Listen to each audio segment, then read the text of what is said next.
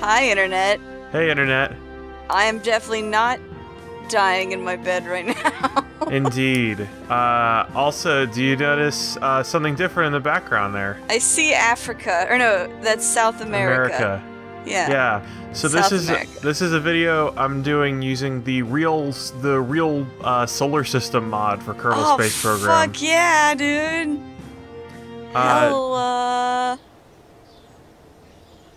To recreate, I'm actually trying to recreate a launch that's going to happen on probably on this, huh? See the little galaxies. Yeah, there's galaxies and stars and stuff in the background. It's awesome. And then the sun looks a lot smaller because now it's way far away, even though it's 10 times bigger than it is in the game. So okay, so wait, we're on Earth now. We're on Earth, even though it says Kerbal, because the game has it hard locked to that. So I also have a mod that has a whole bunch of different launch sites installed. So I'm changing it to Kourou, which I can't remember exactly where that is, but there's a reason I'm using Real Solar System, and there's a reason that I'm using these different launch sites, and that's because I decided... Looks like it's in Brazil. Yeah, it might be. I'll put an annotation up or something. Oh, you see that annotation? Matt does all his research afterwards. Yes. I do all my own stunts. That's what research is, right? Yes, it is. So anyway, I'm building this super weird looking vehicle because at least in this, I'm trying to recreate the launch of the European Space Agency's IXV, the Intermediate Experimental Vehicle. Looks like a squid. I don't see it, but okay, sure. Like a blooper from Mario. Put yeah, little eyes on it? Well, no, not now. Okay, yeah, because they're both, like, conical.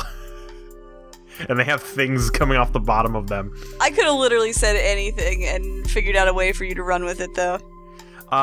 Yeah, well, it's just because, you know, that's just interpretation. So it looks like a 1958 Ford Camaro, which is a thing that doesn't exist. No. Chevy makes the Camaro. But Ford tried in 1958.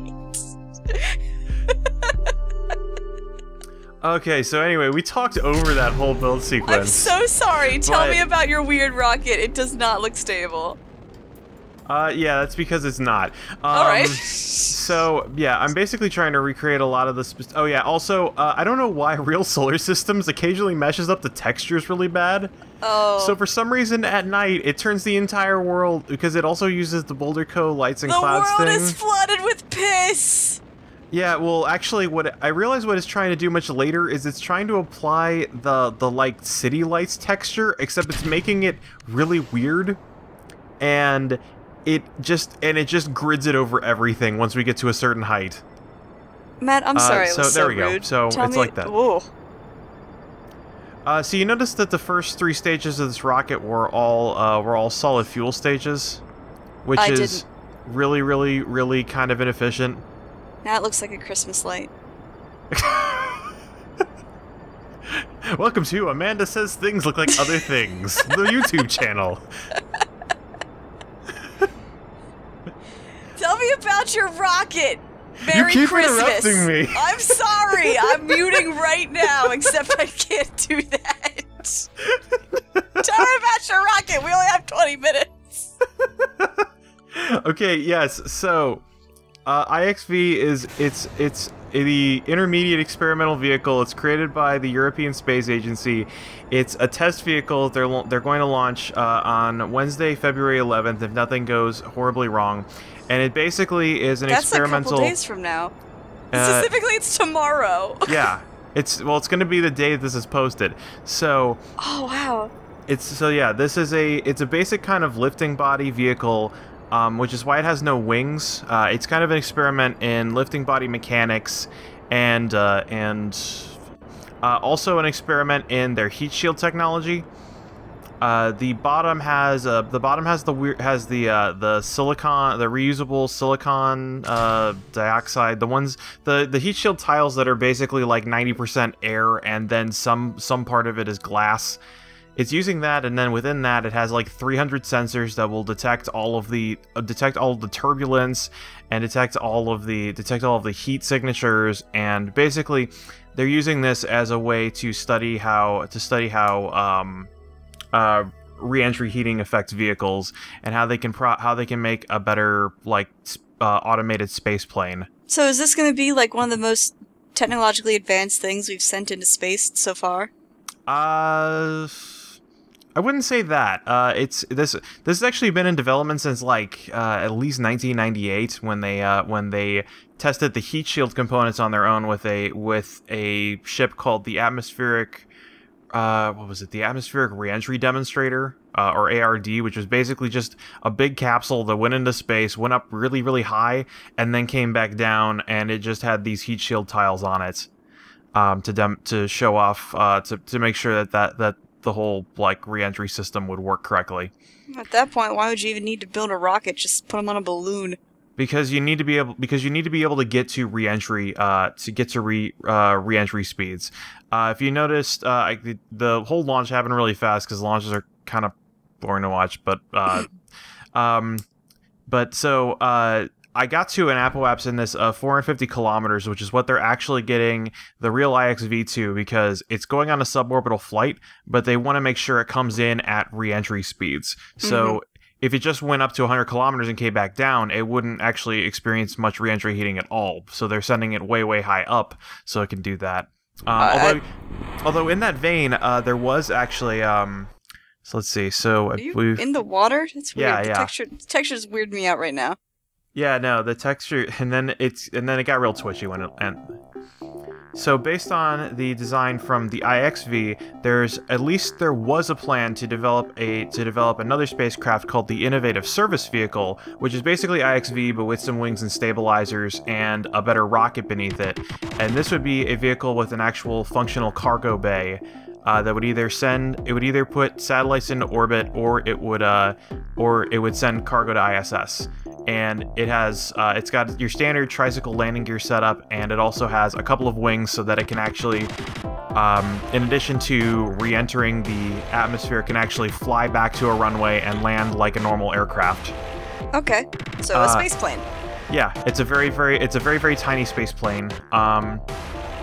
Now, one of the problems is I have to put a really, really big fairing on this because it's a fixed-wing aircraft and it doesn't fit. The wings are too big to fit in 2.5-meter fairing, so I have to go to a 3.75-meter fairing, which means I actually need a much bigger and more powerful rocket. Which, if you thought the old rocket was unstable, this one is. I actually had to install another mod that is like, that is sort of a So there's that thing I put in the back there, that's called MechJeb, which is basically an autopilot, and I had to put that in because this thing is so unstable that I could not fly it myself. Did you have to install a mod to make your ceilings taller? Because goddamn. No. This is regulation height. Again, I'm just kind of joking with you right now. I know not all of them are winners. Just joking about the balloon too. But that's the good part about you and me. That's why we work so well together. I make dumb jokes, and you're like, well, actually, Amanda, this and this and this. I'm like, wow. Yeah, well, actually, it's funny that you say, why do they need a rocket? Because one of the things was for the Apollo re-entry, for the Apollo heat shield, what they actually did with that was a space gun. Which is exactly what it sounds like. It was called Project HARP, which was high altitude something percussion. It was a giant. It was like a 30-meter long cannon that shot things. I believe it shot the Apollo capsule about 130 kilometers into space from the ground, and wow. They never actually. It was fired from Brazil, and they never actually removed it. And you can actually. Oh my god! Yeah, no, this is so huge, and you're going to see it. This thing flies like a spaghetti noodle. Oh no! I can't even see the whole thing on the screen. Yeah, no, the thing is like 150 meters tall. Jesus. And all because I wanted to recreate. So the reason I'm going with 3 solid fuel rockets is because I'm trying to reproduce the rocket that IXV and ISV are supposed to launch on, which is called the Vega rockets. Which I used to know. It stands for it's an acronym for something in Italian.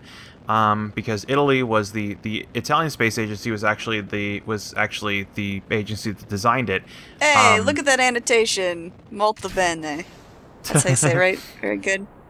I think so. It's been a while since I did Italian. I don't know Italian. I'm sorry, Italian viewers.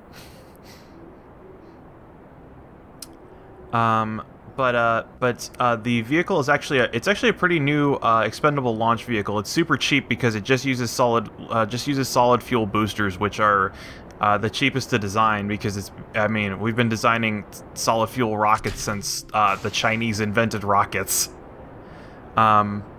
So you basically just take a tube and you just fill it with this solid fuel mixture that you pour in. Yeah. And it just explodes at a very, very low rate, and that's how you send things into space. So it's super cheap because you don't need turbo pumps, you don't need like guidance systems or anything. Although I think the bottom part of it does need some guidance systems because it has a big skirt around the side of it, and it can turn that, and it can get some. You can use that to actually point the engine, and that gives you like thrust vectoring capabilities, which you can use to actually turn the vehicle as you're ascending. Sweet. Yeah, so right now we're just getting the ISV the ISV vehicle into orbit, still using the MacLeod ascent system, which because it's an autopilot, that's basically like sacrilege in Kerbal Space Program Let's Plays, because it's although I gotta say, even with MacLeod, I still had to like design a custom ascent profile because the standard one that MacLeod has, even that caused the vehicle to like, because MacLeod wanted to go straight up and then turn like 35 degrees when it hit 15 kilometers, which caused it to start turning the vehicle, and then the vehicle just immediately disintegrated. Oh no! Oh no! I'm actually kind of upset that we don't get like a little window port view of the autopilot in the corner. Making a face. Where did you learn to fly? But after the launch, I do all the rest of this myself, which, the main thing I learned about Real Space Program is that there are some interesting design challenges that you have to overcome, but then once you get past that, it's just like regular Kerbal Space Program, except everything takes 10 times as long to do. So I can understand why people don't like it so much. So we flip it over and we deploy our satellites. Woo! Yeah, look at it. Yay! It can do all this science, maybe. It's so excited to be alive. Look at all those instruments on it. It's a one-man band. One satellite band. It's a one-man band of science. And so, science band. With the mission completed, we now wait for our correct position, and I actually had to learn because normally the way you land space planes is you're 30 kilometers over the space center, but in this, because we're on Earth and Earth rotates differently than Kerbal does, because Kerbal just rotates perfectly along, just rotates like it's perfectly on its axis, but Earth is tilted. So while this vehicle's up, the Earth is turning beneath it, and so now where the Space Center was, it's now like shifted like 10 degrees over, and also the atmosphere is both higher and thicker than it is, so you have to, it takes a much different descent profile to actually make this work. Nothing makes sense anymore! Yes, it's... What is this crazy large planet we live on? Man, take me back to simpler times. It's almost like life is more complicated than video games. That's sacrilegious. More like it's sacrilegious. I have a tummy ache. Don't make me think about food. You just like to think about sacrilege. Much better than tummy aches. I summoned a demon to make my tummy ache go away. using the rare aglophotus. Burned in a bowl, once cracked, according to the instructions in the Necronomicon. Matt's been playing Silent Hill 3, too. I've been reading a lot of stuff, too, so keep that in mind when you watch this. And so, this was a thing that... This doesn't look good. Actually, it's a lot better than it looks. Mostly okay. I just have... Because I have to do all my corrections at the end when I'm in the thickest part of the atmosphere and my speed's a lot lower. So I actually get on point, because the little pink thing there is my, is where the runway is approximately. And so now I just sort of let the game go for like, for like 30 minutes while is there like a giant red triangle X? Yeah, that's how it designates where you're targeting things now. Oh, alright. And so, yeah, and so now, now's the exciting process of watching this vehicle glide in for like 30 minutes. So, how you doing? I'm doing swell. How's space? Space is still there. Yeah. How do you think it's going to go tomorrow? This is going to go up, and it's already going to happen, and we don't know. We don't know the future. What do you think? We don't know the future. I don't see any reason why it would fail. They've been doing testing on this since like I think June 28th. They actually tested all of the parachute systems and the flotation system, because IXV, unlike IXV, doesn't have any landing gear, so it has to splash down. And the test they did from that, they put it in a really big plane, and then they just shoved it out the back. And they had most things succeeded. I think some of the flotation balloons actually failed, but Mm-hmm. Oh yeah, and so now it was the saddest party ever. I can't make a deflating balloon sound. And then 2 hours later, I realized I put the back landing gear on backwards. Oh no! No, what's gonna happen? Beast mode. Beast mode. Beast mode activate. Okay.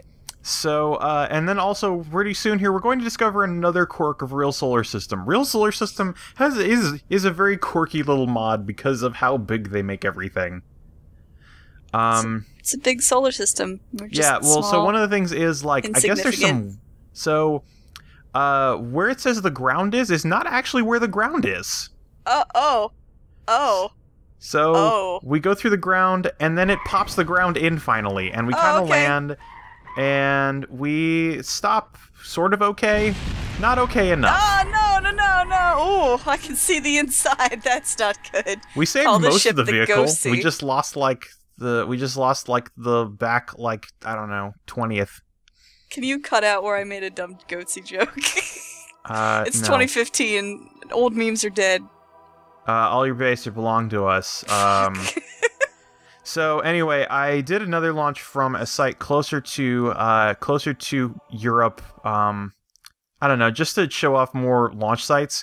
So with this, I actually designed a different version of ISV that used a smaller fairing, so I didn't have to use the giantest fuck rocket I had before that made the thing fly like a wet noodle. So one of the things that they were talking about, I don't know what the plans are for ISV anymore. The latest talk I can see is from like 2012. One of the things that the ESA was deciding on was because the wings on the fixed wing ISV, they're too big for the fairing. So one of the things they were talking about was having wings that fold out. So I designed this one using Infernal Robotics and some stuff to keep it in place. Ooh. Yeah, wasn't Infernal Robotics the mod that got us in trouble? Because they changed it. They changed how things worked. So you notice the wings are folded up right now? Mm-hmm. So once we get into space, then I can actually fold them out, and I'm using another mod called Quantum Struts that can deploy struts for things like folded out wings and stuff like that. Cool. So Very cool. So we put this into orbit like we did the last one, and we get ready to go to the hospital. Yes. Thanks, emergency workers of Chicago, for living so close to my apartment. You're doing God's work. You are doing God's work. But as we've already established, we are sacrilegious. And so we... No, I'm not going there. I have no idea where you were going. And also, you notice that we're gonna see the weird like night texture show up again on this. Night texture. I don't know why it happens, but I realized it looks like weird cheese because it took the city lights texture and made it really small and then tiled it across the entire planet for some reason. The moon's not made of cheese; it is in fact the Earth. Yes. In the distant year of 2016, the entire world was taken over by Wisconsin. We on Earth just never grew to understand what cheese was. Cheese is love, cheese is life. Indeed. This is a weird episode. That's kind of how these challenge episodes go. Do you like it, Internet? I hope you do. Me too. Get on out there, you cute little satellite. Yes. You're like the other satellite, except slightly lighter. Because I designed you better. Still cute, though. Yes. Little sat. Little sat. That's what I should have renamed it to. Little sat. Little sat. Go back and do it. Oh yeah, I see that whole texture just consuming the planet. You're gonna see it when we pass over that side of the planet too. It looks like sand from this profile, but then when we pass over it, you can see all like the overlapping, you can see all like the crisscrossing stuff, and that's supposed to be lights on streets. Yeah. Oh, what a hairy planet. Yeah, it looks like weird yellow moss or something. I don't know. I had originally planned to do another video using Real Solar System where I was going to try and design a hypersonic passenger jet and fly it from Wallops base in Virginia to like Africa.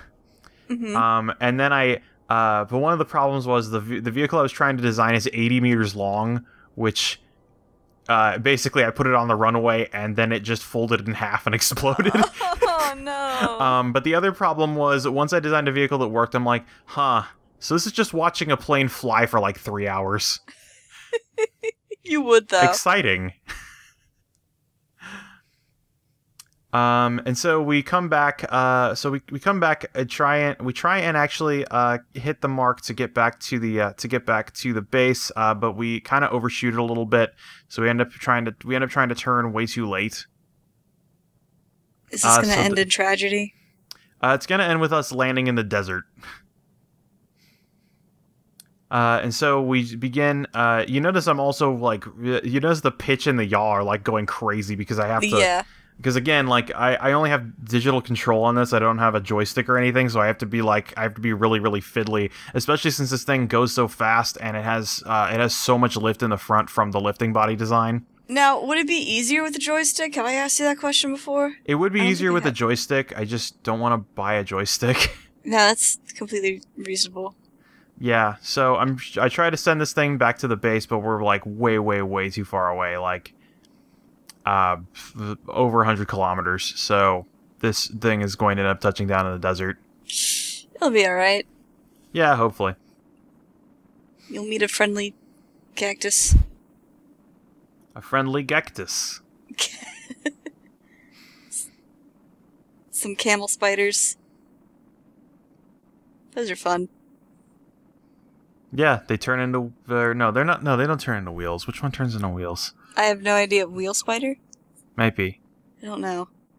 Aw, your strut's coming in and out. Yeah, well, it's because I wanted to readjust the wings because they weren't as good as they could be. I wanted them to be more level, which is another virtue of foldable wings. Although I don't know about any other vehicles that have their wings that change in flight aside from Virgin Galactic's vehicle. Which actually ran into some problems a couple months ago as they unlocked their feathered wing assembly as they ignited their main engine, which caused the vehicle to catch a lot of drag and instantly tear apart under aerodynamic forces. It sucks. Yeah. And so nothing can be perfect. Yeah, but I mean, this is early steps in private space flight. If every pork chop were perfect, we wouldn't have hot dogs. Indeed. And what would world be without hot dogs? So let's see. Nope, there's no ground there. Oh no! No! Well, at least we ended this video with a bang. Indeed. Good night, Internet.